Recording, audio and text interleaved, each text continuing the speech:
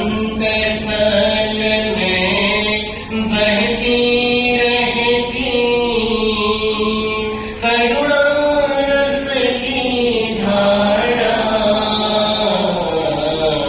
वह आनंद सुखी गुरु प्यारा, वह विशाल आशीष गुरु प्यारा, वह विचक्षण गुरु माया, तुमने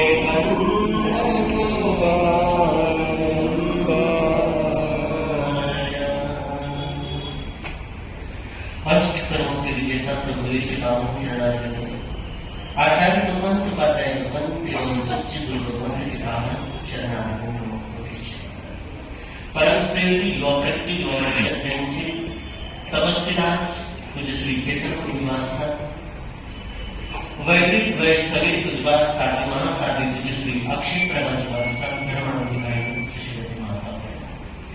आपके भीतर में आपके दिव्य आत्मा विराजमान उस समय आपको प्रणाम।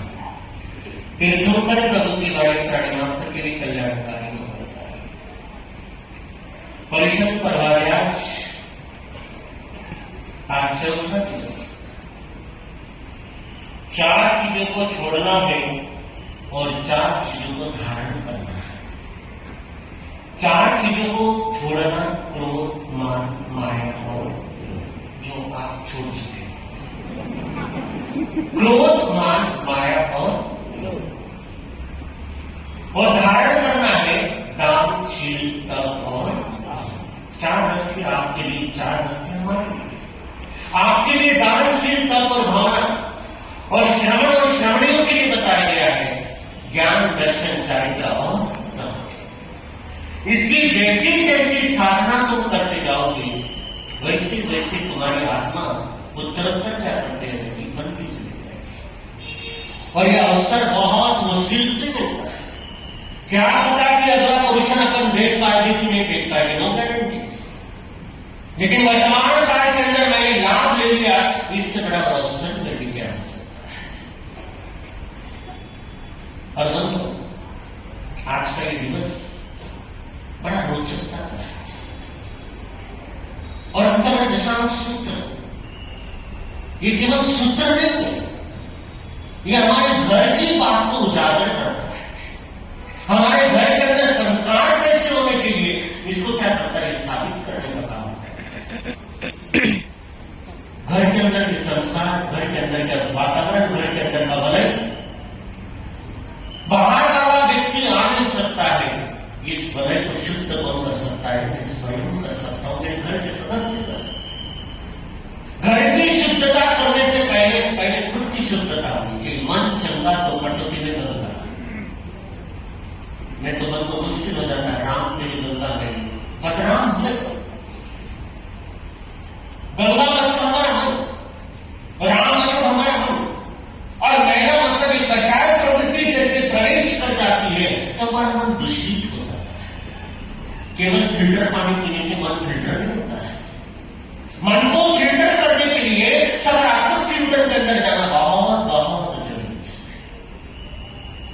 मैं प्रश्न करूं आप सभी से, आप ज्यादा पॉजिटिव सोचते हो कि नेगेटिव सोचते हो? ईमानदारी से मैंने सुना है सामने को झूठ नहीं बोलते। सबसे पहले हमारे सबसे अंतरता में निकालना चाहता हूं आपकी, आप नकारात्मक सोचना बंद कर दीजिए। पॉजिटिव सब कुछ सही हो सकता है। उन डॉक्टरों के पास जाकर के देखो जो चिकित्सालय के अंदर चिकित्सक का काम करते, उपचार करते हैं। वैद्यनाथ के पास जाकर के देखो, वो कहते हैं केवल कुछ नहीं मार, सब कुछ सही कर जाएगा। पुराने जमाने के बड़े बुजुर्ग जो होते थे, अगर छोड़ के लगते, अरे कुछ नहीं हुआ, सब ठीक हो जाएगा।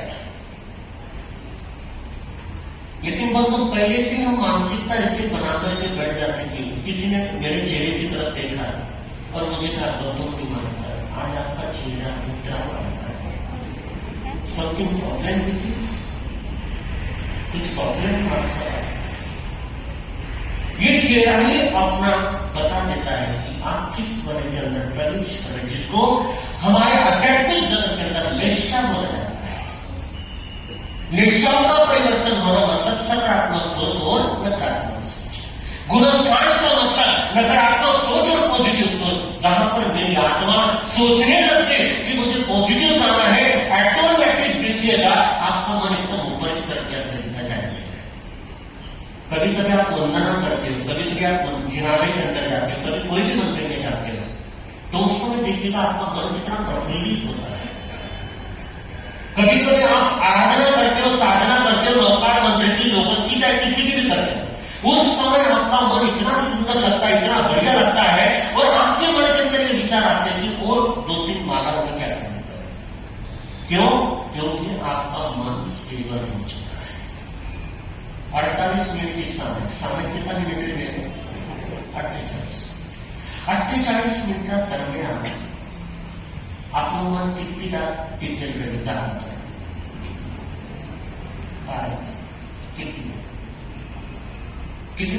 कितने समय तक टिकता है? 1 मिनट के अंदर गया। उधर किसी ने कुछ बोला, इधर कुछ बोला, उधर बन गया, किसी की एंट्री हुई, उधर मन चले गया। यही तो बंदो है उथल पुथल करने का कार्य करता है। इसलिए तो कहा जाता, जिसने एक को साध लिया उसने सबको क्या कर लिया? साध लिया। साधना किसकी करनी है? मन की साधना। कभी भी मत ये कहिएगा कि मेरा मन खराब है, सभी यही कहिएगा कि मेरा मन बहुत अच्छा है, बहुत बढ़िया है, मैं क्या नहीं कर सकती हूँ, मैं क्या नहीं कर सकता हूँ, मैं सब कुछ कर सकता हूँ। अगर मेरी 90 आत्माएं अगर मोक्ष में जा सकती है, बेशक बड़े क्षेत्र से मोक्ष नहीं है, लेकिन मोक्ष में जाने का मार्ग तो मैं प्रशस्त कर सकता हूँ या कर सकती हूँ। अपनी हिम्मत को बढ़ा, कमजोर मत समझो अपने आप को। आपके अंदर वो ताकत है कि सब कुछ कर सकते हैं। सीता के सतीत्व के अंदर वो ताकत थी बंधु कि रावण के स्पर्श कर नहीं सका। मदन रेखा के अंदर वो ताकत थी बंधु, जंगल के अंदर रहते हुए भी मंगल का कार्य करने का कार्य किया। 16 सदियों का विवेचन अगर देखते बंधु पढ़ते तो कई बार रोने के अंदर जाते हैं कि उन संतानियों ने क्या गौरव स्थापित किया इतिहास के अंदर। और यही तो अपने को गौरव स्थापित करना है, मेरे घर का गौरव मुझे स्थापित करना है। मकान मजदूर बनाते हैं, मकान मजदूर बनाते हैं, घर के वातावरण की निर्मित मेरे घर के सदस्य कर सकते हैं। वो मकान तो बना करके चले गए, अंबुजा सीमेंट के माध्यम से मजबूत बना दिया, फर्नीचर भी लगा दिया, ग्रेनाइट भी लगा दिया, सब कुछ है, मेरे घर के अंदर सोफा सेट है, डाइनिंग सेट है, हर सेट है, लेकिन मेरा मन अपसेट है। अगर मन ही अपसेट हो गया तो बाकी सेट किसी काम के अपने को अपसेट नहीं होना है। अपने को ऐसे प्रोत्साहन देना है, ऐसा प्रोत्साहन देना है जैसे मल्टीविटामिन अपने को क्या कर सकता है। और सबसे बड़ा विटामिन का काम अगर कोई करता होगा तो अपना मन करता है। इसलिए घर के वातावरण को शुद्धता की तरफ लेकर चलता है। और प्रकरण चल रहा है अपना तरफ निशान सूत्र के माध्यम से। चंपानगरी के अंदर बंधु आर्य सुधर्मा स्वामी पार्श्व शिष्यों के साथ, जहां के राजा घोड़ित है, रानी तत्व और द्वारिका नगरी के 12 योजन लंबी, 48 कोस लंबी, 154 किलोमीटर लंबी और 9 योजन चौड़ी, 36 कोस चौड़ी और 115 किलोमीटर चौड़ी। इतनी बड़ी वो द्वारिका नगरी रहमत पर्वत के ऊपर अयंत ऋषिमान भगवान विराजमान और बहुत सुंदर वातावरण चल रहा है। बंधु इस मन को समझाना बड़ा मुश्किल होता है। सबको समझाना आसान है, लेकिन मन को समझाना बड़ा मुश्किल होता है।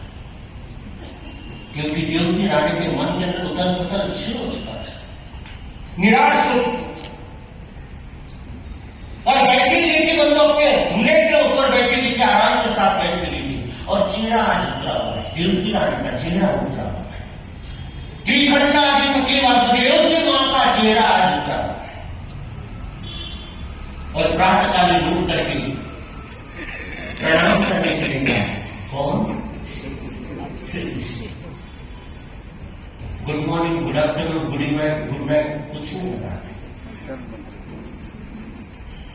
इसलिए कभी भी किसी भी समय जगत के ऊपर कोई भी मिलता है तो सबसे पहले अपने मुख से निकलना चाहिए जय। हाथ के अंदर हाथ मत मिला, अभिवादन कीजिए। बहुत सारे तो हाथ मिलाते हैं, इसका हाथ राइट होता है, उसका लेफ्ट होता है, जिनकी कभी बनती। इसलिए दोनों करों को जोड़ करके अभिवादन क्यों किया जाता है? तो इस अभिवादन के पीछे बहुत बड़ा रहस्य है। और उस समय तो देवकी रानी का चेहरा उतरा हुआ है और श्री कृष्ण वासुदेव जिनकी माताएं 72,000 थी, कितनी? और आपने कितनी? बंधु, एक माता को भी संभालना बड़ा मुश्किल। और आए श्री कृष्ण वासुदेव और मां को प्रणाम किया। प्रणाम करने के लिए एक तरीका होता है, पहले पैर छूते थे, अब घुटने तक पहुंच गए, इसलिए वो घुटने की तकलीफें शुरू हो चुकी। कभी ऐसी तकलीफ गुरु वंदना या गुरु माता पिता का आशीर्वाद लेने के लिए अपने को वहां पर क्या करना पड़ता है? झुकना नीचे लिए। जो झुकता है उसे सब कुछ मिलता है, जो झुकता नहीं है वो अपने की क्या करते? पहचान करते। मैं झुकने वाला नहीं, उसको झुकना है तो वो झुकेगा। बड़े मानस तेरे जैसे कितने चले गए, लेकिन इतना है उत्तरदायन सूत्र का प्रथम अध्ययन तुम्हें बताता है, अगर तुम्हें शिखरता को प्राप्त करना है तो तुम्हें झुकना है। महावीर को हराने के लिए चले थे इंद्रवती गौतम, लेकिन ऐसे झुक गए बंदो कि गले के अंदर विनय की माला जो कहनी, आज सर्व जगत के अंदर बंदो पूजनिया करनी है, बंधन में क्या करते? इसलिए कभी भी किसी भी जगह पर जाओ, अगर तुम्हें झुकना आ गया ना तो तुम सब कुछ हासिल कर जाओ। दिखाने के लिए नहीं झुकना है, अंतर्मन से झुकना है। जब तक तुम्हारा अंतर्मन दबा दे करके झुकता नहीं है, तब तक झुकना नहीं झुकना है। सवाल क्या कर रहा था? और वहां पर श्री कृष्ण वासुदेव गए, प्रणाम किया देवकी रानी, अपनी मां को प्रणाम किया। और मां रोजाना जिस समय हाथ सिर के ऊपर रखती थी, लेकिन आज हाथ कई बार अपन मां सबके पास जाते हैं, मां सबको वंदना करते हैं, और मां सब अगर देखे नहीं तो पूरे पुराण के अंदर प्रचार हो जाता है कि जैसा काम करो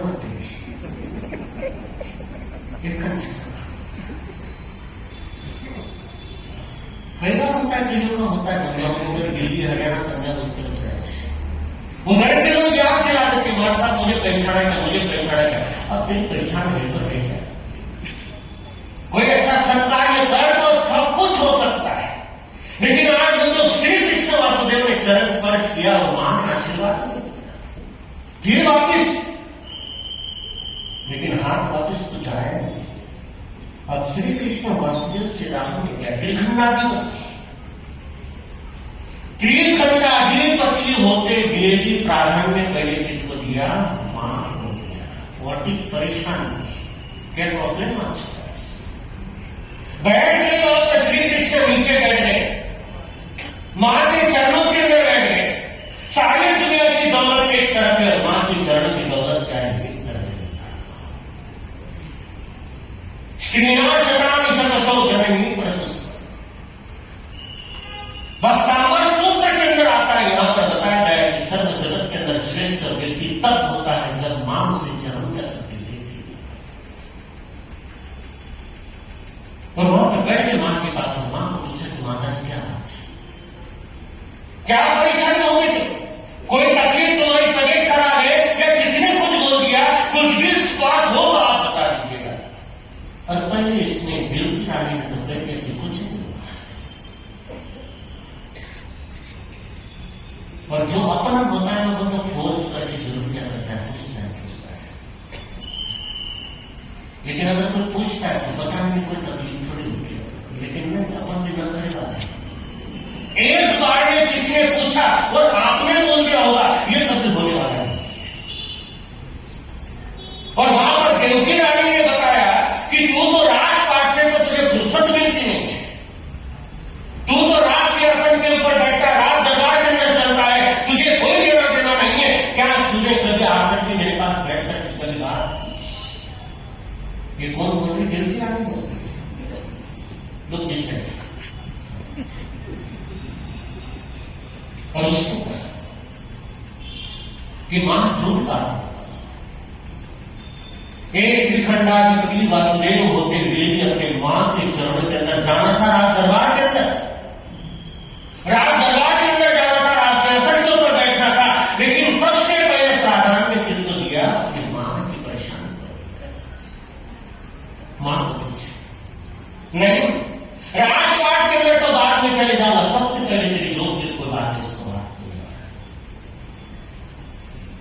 बंदो, बेटा हो तो ऐसा जो राजपाट को छोड़ करके मां के चरणों के अंदर बैठा, मां को पूछा, और मां को पूछने के बाद वहां पर मां ने परेशानी खड़ी कर दी। बंदो, हमारी भी मां है, कभी उस मां के बारे में विचार कीजिएगा कि जिसने अपने को जन्म नहीं दिया। सौभाग्यशाली आप और हम भी सौभाग्यशाली है कि हमने अपने मां की रक्त से जन्म दिया। तो अनंत अनंत उपकार उस मां और पिता के जो 7 जन्मों के अंदर क्या किया जा सकता, चुकाया नहीं जा सकता।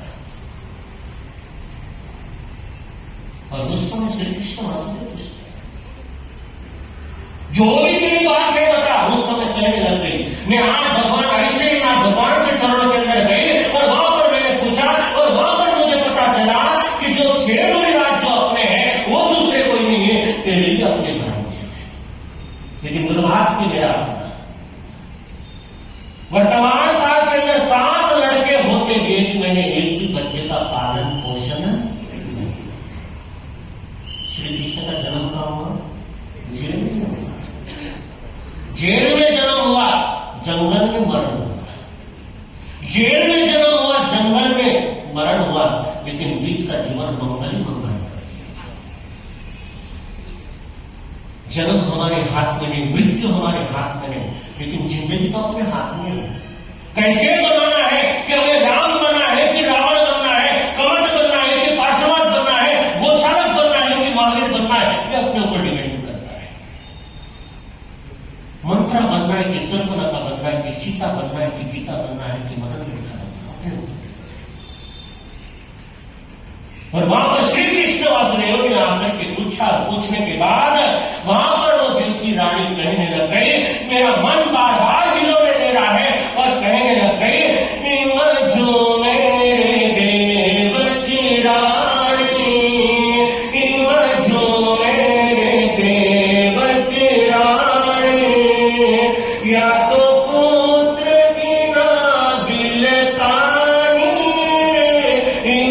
जो मेरे देव की रानी, मैं तो सातों नंदन जाया, मैं तो सातों नंदन जाया, पिन एक न दो दखिलाया, जो मेरे देव की रानी, घर पालनो नहीं बंधायो, घर पालनो नहीं बंधायो, नहीं मधुर हरियोर गायो रे, जो मेरे देव की। मां ने परेशानी खड़ी कर दी।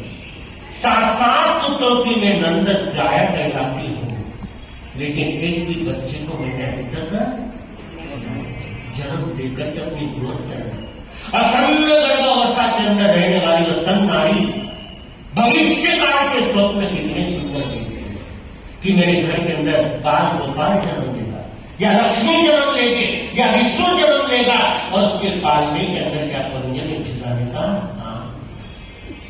कितने सपने होते तुमको, उस मां से पूछो जिसने जन्म दे रही है, वो मां सर्वस्व लुटा देती है, आने वाली संतान के ऊपर क्या कर देती, सब कुछ क्या कर देती, लुटा देती। और उस समय वहां पर वो कहने लग गई कि मैंने ना तो बच्चे को खिलाया, ना बच्चे को खिलाया, ना कुछ खिलाया। अरे कम से कम मैं तो ये चाहती हूं कि कम से कम कोई बालक मेरे घर के अंदर क्या करे, जन्म।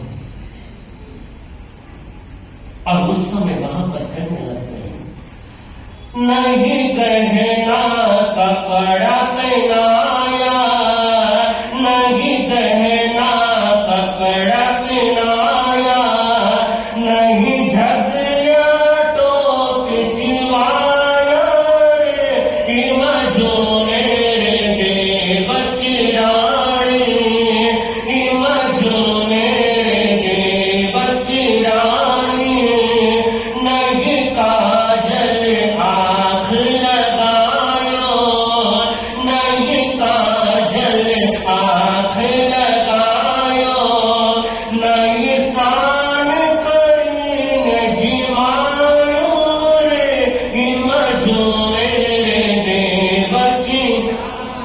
भगवान वो कहने लगे, जन्म होने से पहले ननिहाल के अंदर हो कि ससुराल के अंदर हो, घर के सारे सदस्य होने वाले बच्चे के लिए क्या सीते हैं, कपड़े सीना प्रारंभ कर देते, क्योंकि घर के अंदर खुशखबरियां आने वाली। घर के अंदर किसी न किसी चीज का जन्म तो होना ही होना है, और जन्म होने के बाद उस बच्चे को, आने वाली संतान को कोई कमतरता ना हो, तरह तरह के कलर के कपड़े झगड़े वगैरह सारे तैयार करना शुरू कर देते हैं। और बंधु मां विचार करती है कि बच्चा जब जन्म लेगा तो मैं उसके आंखों के अंदर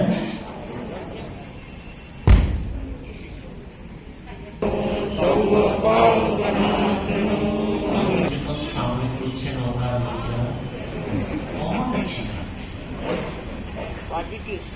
तो वहां पर श्री कृष्ण वसुदेव को प्रश्न करने के बाद बंधु देवकी रानी ने प्रश्न उपस्थित कर दिया कि मैं चाहती हूं, मेरी एक तमन्ना है, मेरी एक ख्वाहिश है कि कम से कम किसी बच्चे को मैं खिलाती पिलाती झुलाती कुछ न कुछ तो करती। इन कल्पनाओं की शिखर के अंदर रहने वाली सन्नारी तमाम सपनों को देखती है, लेकिन कई बार सपना चकनाचूर भी क्या कर जाता है।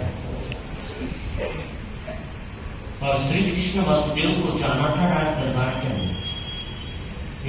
ये वाक्य जरा गौर से सुनना।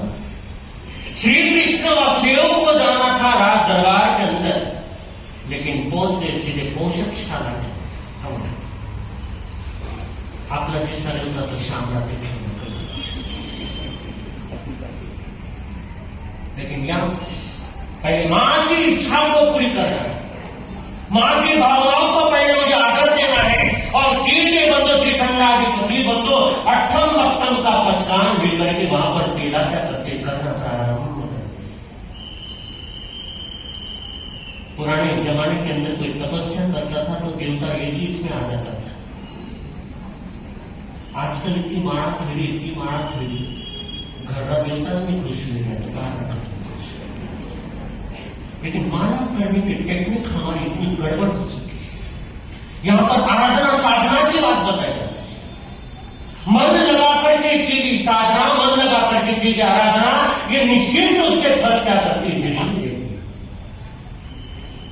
और त्रिखंडाधिपति के समक्ष आराधना करके लिए हिरण्यकशिपु देव समक्ष आया और पूछा कि बोलो कैसे याद किया।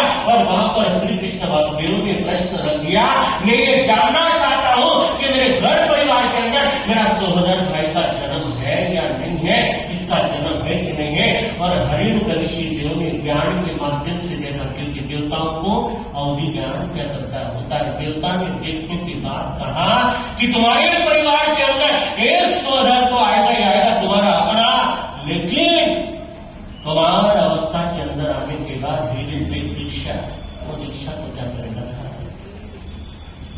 इतना बोला। और उसे श्री कृष्ण वासुदेव ने मन के अंदर किया।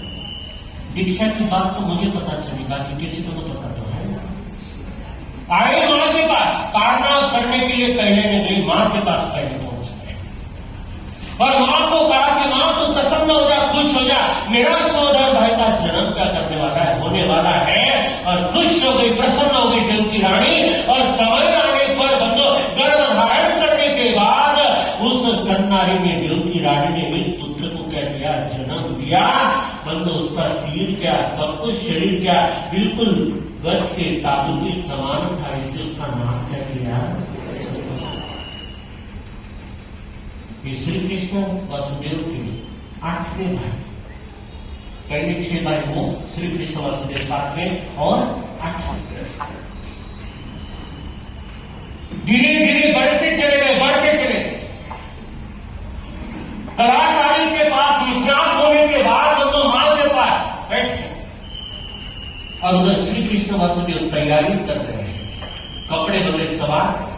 और संभालने के बाद जब तो देखते गणेश कुमार ने पूछ लिया कि भैया कहां पर जा रहे हैं।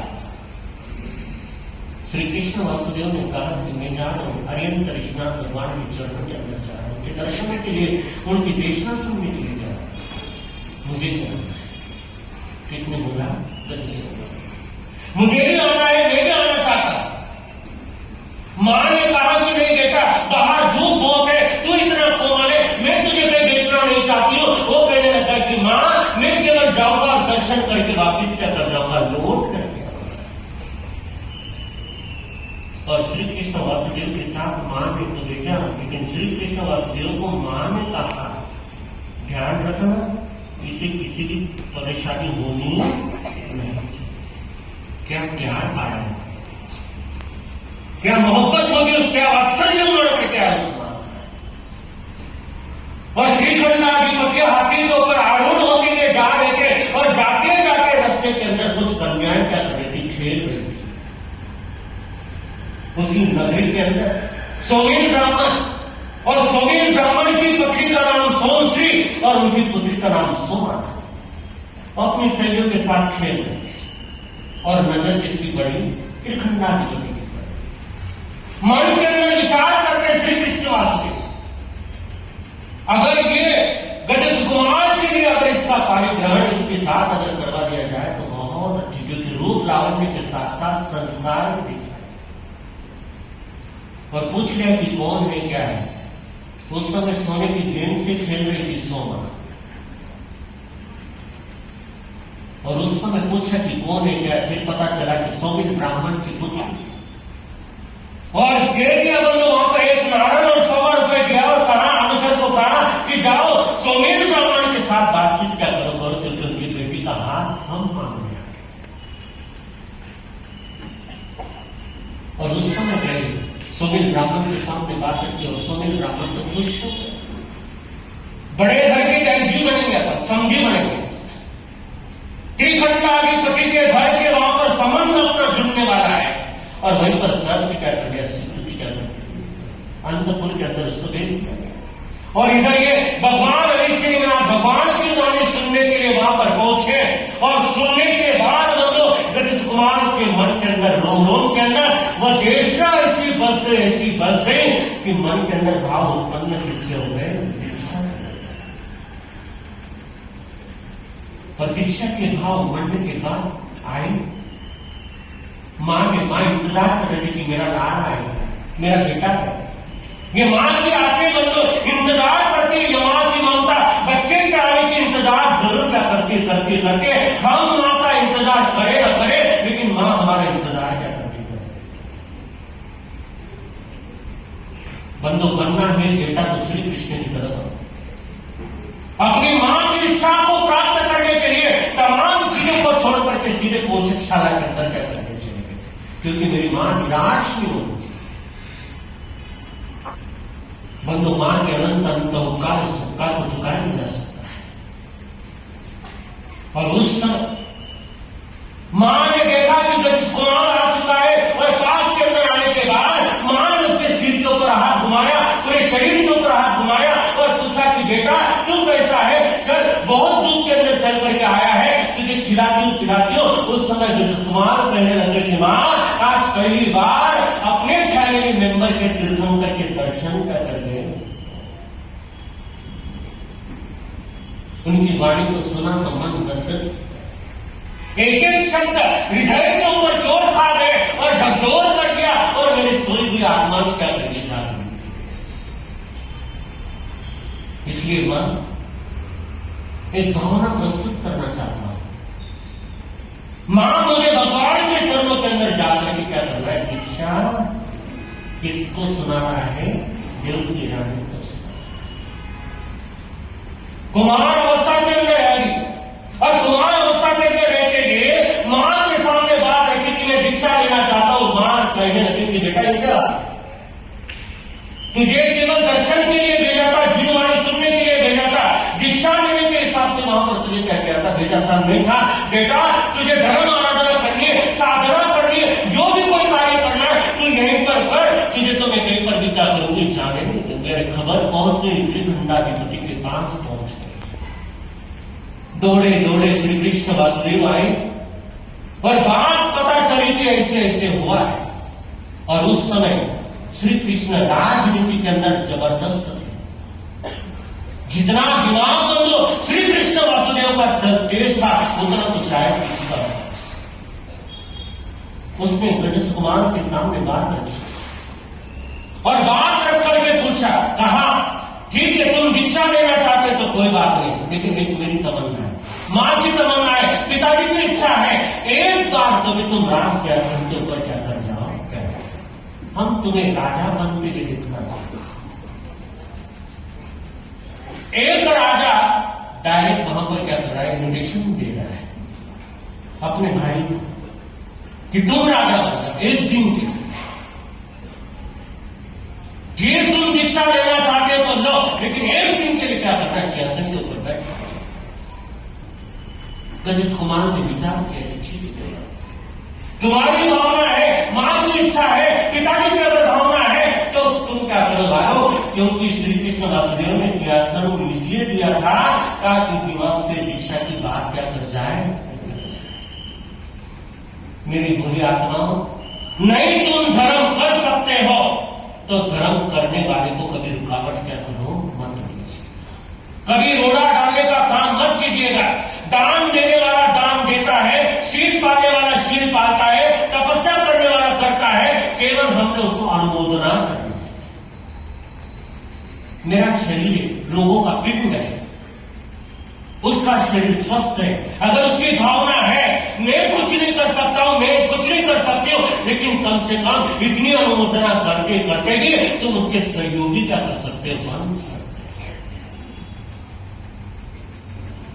और बंधु राज अभिषेक के लिए बंधु सवारी चलने लगती, मंगल गीत गाए जाने लगते। मंगल गीत गाते गाते गजस कुमार मुनि को, गजस कुमार को सिंहासन के ऊपर क्या किया, बैठा राज सिंहासन के ऊपर बैठा है। श्री कृष्ण वासुदेव ने अपना मुकुट उतारा और गजस कुमार के सिर के ऊपर क्या किया, त्रिभंडाधिपति का मुकुट गजस कुमार के सिर के ऊपर। बीचों बीच श्री कृष्ण वासुदेव खड़े हो गए, दोनों हाथों को जोड़ा और दोनों हाथों को जोड़ करके पूछा, आज से तुम हमारे राजा हो, जो भी तुम्हारा हुक्म होगा उस आदेश का पालन क्या कर दिया जाएगा, करवा दिया जाएगा। एक शब्द तो निकालो, एक वाक्य तो निकालो, जो भी तुम्हारा आदेश होगा उसको सिर माथे पर क्या करेंगे रखिए। राजा ने पूछ लिया कि क्या सही में उसका पालन होगा, बोले हाँ क्यों नहीं, क्योंकि तुम किसके ऊपर बैठे हो, राज सिंहासन के ऊपर। राज सिंहासन के ऊपर बैठा अगर हूं, अगर मैं राजा हूं, तुम्हारे माध्यम से अगर मुझे राजा बना दिया गया है, मेरी ऑर्डर है, मेरा आदेश है, इसी समय मेरी दीक्षा की तैयारी क्या करूं। कोई है ऐसा राजा यहां पर जो दीक्षा लेने को, और उसी समय राज ऑर्डर दे दी गई कि मेरी दीक्षा की तैयारी करो। और श्री कृष्ण वासुदेव भी वहां पर कुछ है, क्योंकि राजा की ऑर्डर आ चुकी, तैयारियां हो। गजस कुमार वहां से उठे और मां के पास गए और मां ने दीक्षा का नाम सुना तो वहीं पर बेहोश क्या कर चुकी थी। बंधु ये मां और बेटे का वात्सल्य, ये राग, ये मोह, ये संसार को घटाने वाला नहीं, संसार को, लेकिन मां भी यही चाहती है कि मेरा बेटा है, मेरा जाते उसे किसी भी प्रकार की कोई तकलीफ परेशानी क्या करनी चाहिए, वो नहीं करनी चाहिए। और वहां पर गजस कुमार आए, मां रो रही थी, बेहोश हो चुकी थी, और बेहोशी के अंदर वहां पर उसके ऊपर जल छिड़का।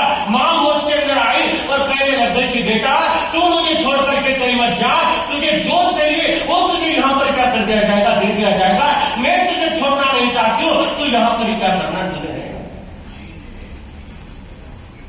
तो कहने लगता है कि मां अब तो मुझे यहाँ पर क्या करना है, रस लेना है। जिसका एक बार मन संसार से उठ जाता है ना, फिर तो कभी लगता है। दीक्षा लेने वाले को समझाने के लिए दूर दूर से लोग आते हैं। दीक्षा लेने वाले को बंदो दूर दूर से लोग समझाने के लिए आते हैं, लेकिन शादी करने वाले को कोई समझाने के लिए शादी एक ऐसी चीज है, लकड़ी के बुरादे की तरह खाओ तो पछता है, ना खाए तो।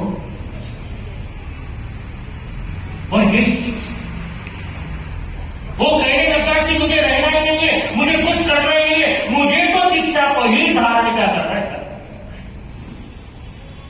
मां को समझाने लगा कि नहीं मां, मैं घर के अंदर रहूंगा तो धर्म आराधना नहीं हो पाएगी, लेकिन भगवान के चरणों के अंदर जाऊंगा, मैं सब कुछ हासिल करना चाहता हूं। और मां मुझे आप परमिशन क्या करो, दे दो कि मुझे अलविदा क्या करना है। अप्रमत्त अवस्था के अंदर रहने वाली जीव आत्मा कभी प्रमाद के अंदर पड़ती नहीं, और एक बार प्रमाद के अंदर पड़ेगी आत्मा बंधुओं, उसको झकझोर करने के लिए संत और साधुएं आते हैं, बार बार हेलिंग करने का काम करते हैं। उसके पीछे मूल कारण यह है कि तुम भी अपनी आत्मा को परमात्मा क्या कर सकते हो, बना सकते। गजस कुमार मां के पास बैठे,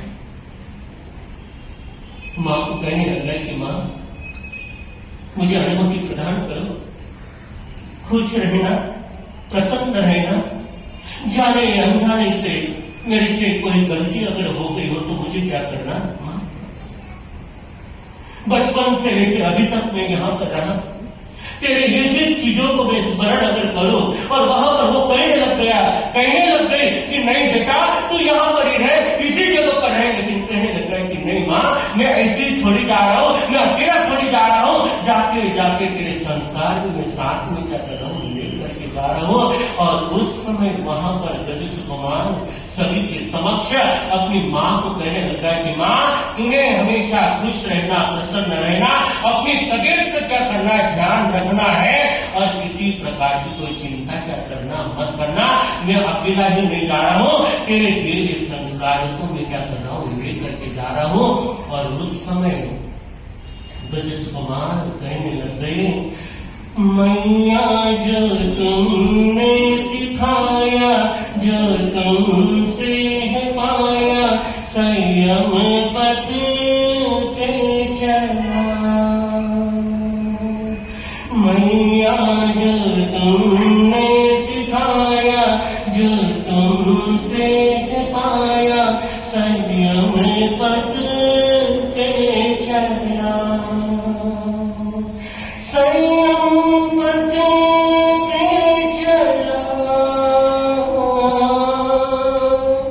संयम पथ पे चला, यादों के लेकर साए, चला कदम बढ़ाए तुम्हारा लाडला। मां अपना ध्यान रखना, तुम खुश रहना, प्रसन्न रहना, तेरी याद तो मैं लेकर के जा रहा हूं, तेरे दिए हुए संस्कार भी मैं लेकर के जा रहा हूं। मां तेरे दिए हुए सारे संस्कारों के माध्यम से और अयंत भगवान का ईश्वरनाथ भगवान के लिए सच्चिच्छा से मैं आगे बढ़ने का काम करूंगा मां, और मेरे ऊपर हमेशा हमेशा तेरा आशीर्वाद क्या करे, बना रहे। और फिर वहां पर फिर बोलने लग गया, यादों की लेकर साए, चला कदम बढ़ाए तुम्हारा लाडला। संयम पथ पे चला, संयम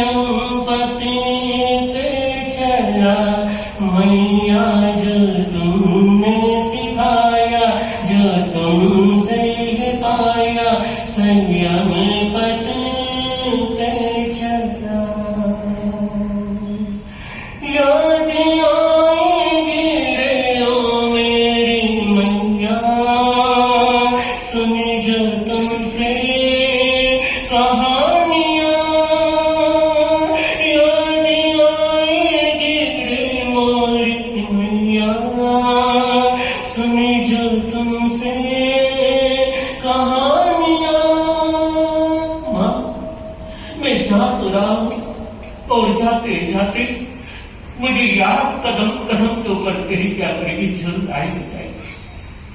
जो तेरी दी हुई सच शिक्षा है, जो बचपन की कहानियां हैं, जो तूने कदम कदम के ऊपर तूने मुझे संभाला संवारा, बार बार तूने मुझे कुछ कहने का प्रयत्न किया, बार बार तूने मेरा कितना ध्यान रखा।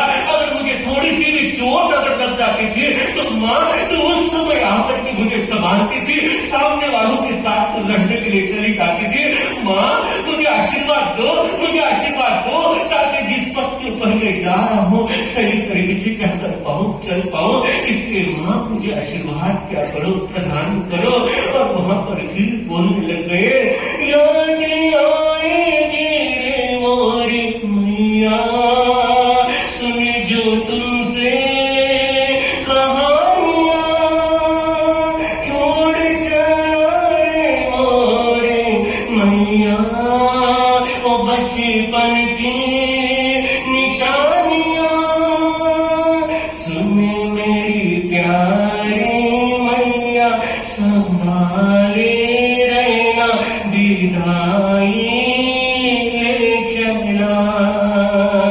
सुन मेरी प्यारी मैया, संभाले रहना विदाई ले चलना। माँ जा तो रहा हूं, तेरी शिक्षाओं को लेकर के तुम्हें जा रहा हूं, तेरे संस्कारों को मैं लेकर के जा रहा हूं, लेकिन जो बचपन में तूने मुझे सारी चीजें दी थी वो सारी की सारी चीजें यहीं पर छोड़कर ये बाबुल का मेरा अपना घर है। बार बार कदम कदम के ऊपर मुझे याद जरूर आए और तेरी सच शिक्षाओं के माध्यम से जो तूने मुझे ज्ञान दिया, जो मुझे सब कुछ दिया, उसको सिंजोए करके मैं क्या कर रहा हूँ, जा रहा हूँ। और जाते जाते माँ तू अपना ध्यान रखना, समय समय पर तू भोजन करते रहना, समय समय पर दवा पानी लेकर रहना, समय समय पर जब भी तेरा मन हो तब मुझे क्या कर लेना, दर्शन करने के लिए क्या करना, पहुंच जाना। ये माँ की तमन्ना, माँ की इच्छा। आज वो बच्चा, आज वो युवक अपनी माँ के सामने वहां पर बात रख रहा है। दीक्षा लेना कोई आसान काम नहीं होता। दीक्षा लेकर के उस सन्मार्ग के ऊपर चलना, जन्म देने वाले माता पिता को छोड़ करके चलना बंदो, ये बहुत बड़ी बात क्या करती होती है। एक माँ बाप को छोड़ा और करोड़ों माँ बाप क्या कर जाते, हमें मिल जाते, लेकिन जन्म देने वाली माता के अनंत अनंत उपकार 7 जन्मों में क्या किया जा सकता, चुकाया नहीं जा सकता। याद करो उनको जो रामचंद्र कृष्ण महावीर थे। जब भी घर के अंदर कोई परेशानी हुई, मेरी माँ परेशान है, मेरे पिताजी परेशान है, उस परेशानी को दूर करने के लिए सबसे पहले सज्ज क्या कर जाते थे, हो जाते थे। बाद में जो करना होगा करूंगा, लेकिन सबसे पहले मेरे माता पिता की जो भी दिक्कतें, उन दिक्कतों को क्या करूंगा, दूर करने का प्रयत्न। लेकिन ये दीक्षा का प्रसंग और शादी की विदाई का प्रसंग कुछ ऐसा होता है, न चाहने वाला इंसान के वहां पर अंदर से एक रुदन से तैयार क्या करता है। पूरे पूरा वातावरण वहां पर गंभीर। मां को समझा रहा है, देवकी रानी को समझा रहा है, त्रिखंडाधिपति भी वहां पर मौजूद है, सारे के सारे मौजूद है। और वहां पर दोनों माता और पुत्र के वार्तालाप वहां पर चल रही है। और चलते चलते वहां पर उसने कह दिया, छोड़ चला रे मोरी मैया, बचपन की निशानियां, सुन मेरी प्यारी मैया, संभाले रहना विदाई ले चलना। यादों की लेकर साए चला कदम बढ़ाए, तुम्हारा लाडला मैया, जो तुमने सिखाया तो तुमसे भी पाया, संयम पथ पे चलना।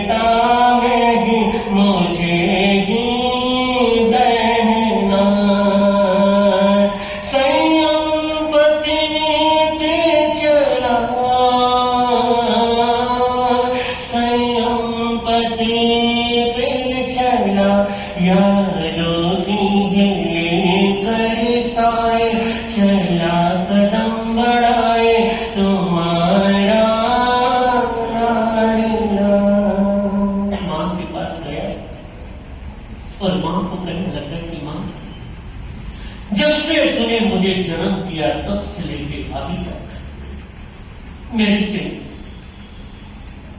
जाने अनजाने से तुझे कुछ बोल दिया है। मैंने तेरा कोमल दिल को ठेस पहुंचा, तेरी बात को मैंने अगर नहीं माना होता तो मां, मैं अपराधी बन करके तेरे चरणों के अंदर झुक करके बार बार क्या करता हूं, क्षमा मांगता हूं। तू मुझे क्षमा दे दे, तेरा आशीर्वाद मेरे से बना है, मुझे मेरे से गलतियां नहीं हुई है, ऐसी बात नहीं, लेकिन फिर भी उस गलतियों को अपनी झोली के अंदर डाल करके मुझे क्या करो, माफ क्या करो, कर दो। और अपने श्री कृष्ण के सामने भी गए, भैया को भी कहा कि भैया आपने मुझे प्यार दिया, आपने मुझे मोहब्बत दिया, आपने मुझे 4 शिक्षाएं दी, फिर भी आज मैं घर छोड़ करके जा रहा हूँ। भैया माँ का ध्यान पूरा क्या करना रखना, क्योंकि ये माँ बोलने वाली नहीं है, ये माँ कभी तेरे पास आकर के कहेगी नहीं कि श्री कृष्ण मुझे ये दिक्कत आ रही है, वो दिक्कत आ रही है। भैया आज मुझे एक वचन दो कि हर समय तुम माँ के पास आकर के कम से कम माँ के हालचाल तो क्या करोगे, कुछ। एक 16 साल का एक राजकुमार त्रिखंडाधिपति के सामने जाकर के ये प्रस्तुति रखी और भैया को कहा कि भैया आपने मुझे बहुत संभाला, बहुत प्यार दिया, आपके अनंत अनंत उपकारे, आपकी वजह से मैं अयंत स्नान भगवान के दर्शन कर पाया। अब भैया आपसे भी मैं क्षमा याचना क्या करता हूं, मांगता हूं। आप तो राजा हो, त्रिखंडाधिपति हो, मेरी तो माँ है और मैं जो माँ को छोड़ करके मैं आपके जिम्मेदारी के ऊपर क्या कर रहा हूँ, छोड़ करके जा रहा हूं। मुझे वचन दो कि कभी माँ की आंखों के अंदर आंसू क्या करोगे नहीं। और वहां पर सारा का सारा वातावरण इतना गंभीर, रो रही है माँ, वहां पर देवकी रो रही है, इधर से आने जाने वाली जनता भी वहां पर रो रही है, एक एक आंसू टपकते वहां पर वो कहने लग गया, मुझसे मांगता हो क्षमा आपसे, हुई जो गलतियां मुझसे मांगता हो क्षमा आपसे, स्वप्न था जो इसे जोया हो रहा है आपसे, तुम्हें खुशी रहना मेरी मैया विदाई ले चला, यारोगी ले सरसाए चला कदम बढ़ाए तुम्हारा लाडला, यारोगी ले कर साए चला कदम बढ़ाए तुम्हारा लाडला, संयम पति के चला, संयम पति के चला, यारों की लेकर साए चला कदम बढ़ाए तुम्हारा लाडला, मैया जो तुमने सिखाया, जो तुमसे सिखाया, संयम पति चला। संयम पद के ऊपर आरोप होने के लिए चल पड़े। माँ को वहां पर उनके आंसू पोंछ करके माँ को कहने लग गए कि माँ अब मैं जा रहा हूँ, अपना ध्यान रखना। और सभी जितने भी नगरवासी थे वहां पर करबद्ध होकर के हाथ जोड़ करके क्षमा याचना वहां पर मांगी। राजकुमार ने क्षमा मांगी और वहां से अलविदा हुए और भगवान हरिश्चंद्रनाथ भगवान के चरणों के अंदर जाकर हजारों लोग शिविका को उठा सकते, ऐसा क्या करने लगे। पुराने जमाने के अंदर तो क्या चौथे आने के अंदर दैत्य कभी भी दीक्षा लेने वाले का वरगुड़ा निकाला जाता था, इस तरह से निकाला जाता था। कारण था उसके पीछे इतनी बड़ी समृद्धि होते हुए ये जीव आत्मा अप्रमत्ता के अंदर रहते हुए क्या करेंगे, दीक्षा को धारण करेंगे। आजकल दीक्षा अगर होती तो सबसे पहले टीका टिप्पणियां क्या कर जाती, हो जाती आडंबर, ये आडंबर, वो आडंबर, ये आडंबर है। ये प्रेरणा देता है अपने, उसका मन वहां पर इतना चकाचौंध होने देती, नाक के मैल के समान उसको छोड़ करके और सीधे बंदो प्रशस्त मार्ग की तरफ क्या कर जाता है, चल जाता है। टीका टिप्पणी करने वाले बंदो बहुत दुनिया के अंदर मिल जाए, लेकिन इतना जरूर है मुझे अपने जीवन को देखना है, अपने आत्मा को देखना है, दूसरा क्या कर रहा है क्या नहीं कर रहा है उसकी तरफ अपने को नजर नहीं देना है। और वहां पर देवकी रानी उस पुत्र को लेकर के भगवान के समक्ष से गई और भगवान को कहने लग गई, प्रभु ये अपने घर का सदस्य कोमल, सिर इसका तिलकिला है, इतना कोमल है, इतना कोमल है कि राज गद्दी के ऊपर बैठने के लिए अगर कोई बुलाता था तो सैकड़ों नौकर चाकर क्या करते थे। लेकिन पता नहीं आपकी वाणी का क्या जादू, अयंत की वाणी का तो जादू तो होना ही होना। और वहां पर ऐसा हुआ और ये दीक्षा के भाव लेकर के आए, मैं आपकी खिदमत के अंदर प्रार्थना करती हूँ, अब इससे क्या कीजिएगा, स्वीकार कीजिएगा। लेकिन गुरु भगवंत, हे अयंत भगवंत, मेरे लाडले का ध्यान आखिर मां को मार बेटी भी जब जाती है ससुराल तो सामने वाली सास को, होने वाली सास को भी कहती कि मेरी बेटी का क्या करना। और इधर गुरु गुरुनी के चरणों के अंदर जिसको भी दीक्षा दी जाती है उसके लिए भी बोला जाता है, गुरु भगवंत को कहा जाता है कि इसका ध्यान है। और वही बात वहां पर रख दी और गए बंदो, सीधे गए और पंचमुष्टि लोच कर ली, तिलकिला सिर बंदो वहां पर पंचमुष्टि लोच करके और बंदो देखने लगे, कपड़े वगैरह तो पहनने गए थे, पंचमुष्टि लोच करके और नौ दीक्षित मुनिराज को सारी की सारी दुनिया आई देखी जा रही है, धीरे धीरे जा रही है और आखिरी के अंदर बंदो मां थी और मां बार बार पीछे मुड़ करके किसको देख रही है, अपने लाल को। मां सोच रही है बेटा तो दीक्षा ले, पता नहीं भोजली का कैसे होगा, क्या होगा, रुकने की व्यवस्था कैसे होगी, क्या कितने अरमान लेकर के चलती हो वहां बंदो, जिस समय दीक्षा लेने वाला कोई जो आत्मा दीक्षा के अंदर प्रशस्त होता है। और ये भी कह देता हूं अनंत अनंत पुण्यवाणी का योग आता है, तब जाकर के दीक्षा का योग क्या करता है, आता है। अरे गए मृत्यु भैरव का यह पथ जिसके अंदर दृढ़ता है, जिसके अंदर मनोबल मजबूत है और जिसके अंदर संयम रज रग के अंदर भरा पड़ा हुआ है, वही अप्रमत्त अवस्था के अंदर मजबूत आत्मा क्या कर सकती, पहुंच सकती है। इसलिए कहता हूं नई दीक्षा ले सकते हैं तो दीक्षा लेने वाले की अनुमोदना करने के अंदर तो शरीर चली गई, मां चली, पूरा परिवार निकल गए और मां रोते रोते भी आंसू पोंछते पोंछते क्या चली जा रही, बार बार मुड़ करके देख रही कि मेरा लाल, अब तो लाल सारे जगत का लाल हो चुका, सारा परिवार जा चुका। और जाने के बाद वहां पर प्रभु के समक्ष जाकर के गजकुमार मुनि वहां पर वंदना करते हैं और वंदना करके प्रभु से प्रार्थना करते कि प्रभु मुझे अनुमति प्रदान करो कि मैं आज 12वीं भिक्षु परिणाम को अंगीकार प्रतिक्रमण याद न 11 अंकों का पठन पाठन किया, न सामायिक सूत्र याद। एक ही दिन के अंदर वाणी सुनी, सुबह वाणी सुनी, दोपहर के समय दीक्षा होगी और संध्याकालीन के समय अनुमति मांग रहे हैं कि मुझे अनुमति प्रदान कीजिए। उस समय क्वेश्चन नहीं उठा कि अयंत्र इंसान भगवान के सामने क्वेश्चन नहीं उठा, इनको तो कुछ भी नहीं आता तो दीक्षा कैसे दे। आयुष्य थोड़ा था और कर्म बहुत थे, मतलब वो तो जानते थे अयंत्र। और जिस समय बंदो वहां पर और आज्ञा मांगी और आज्ञा मांग करके प्रभु ने कहा आम संदेवान क्या, जैसी तुम्हारी आत्मा को सूख के वैसा क्या करो, अच्छे कार्य के अंदर विलंब। और वहां से ब्रज कुमार मुनिराज नौ दीक्षित सिर तिलकिला,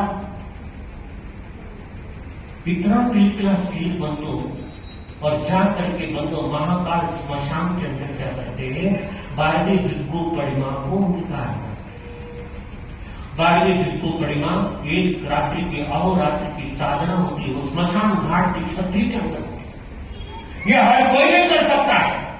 अप्रगत अवस्था के अंदर रहने वाले गणेश कुमार की आत्मा ऐसे हो गई और महाकाल स्मशान घाट के अंदर गई और वहां पर बंदो जगी की परिमार्जना की और वहां पर बंदो डायरेक्ट भिक्खु परिमा को क्या कर दिया, विकार कर दिया। गोंदली का सब सुबह राजा बने, दोपहर में दीक्षा हो, संध्याकालीन को महाकाल स्मशान घाट में गोंदली का समय हुआ और उधर से गणेश कुमार मुनि के होने वाले ससुर जी क्या कर रहे थे, आरती सोमिल